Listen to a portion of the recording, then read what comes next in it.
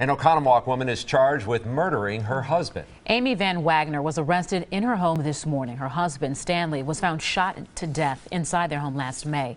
Jonah Kaplan is at the Waukesha County Courthouse, where she made her first court appearance.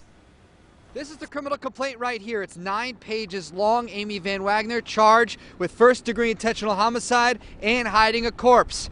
The defense attorney calls this whole document appalling. This much is true.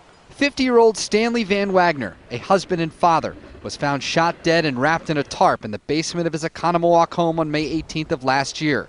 It's taken 9 months for police to finally arrest a suspect, and her attorney thinks investigators are making a big mistake. They have been putting out misinformation since this started, including this often repeated misinformation about whether my client cooperated. She did cooperate with the authorities. Amy Van Wagner was arrested early this morning. She chose not to talk to police then and remained silent during her initial court appearance later today.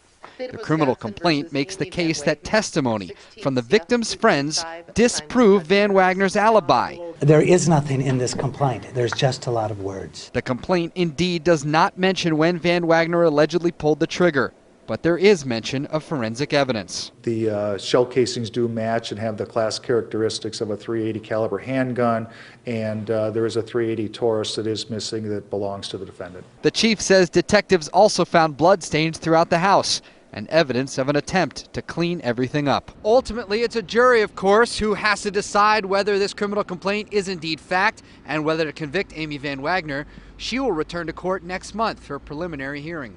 In Waukesha, Jonah Kaplan, today's TMJ4. All right, Jonah, thanks. Also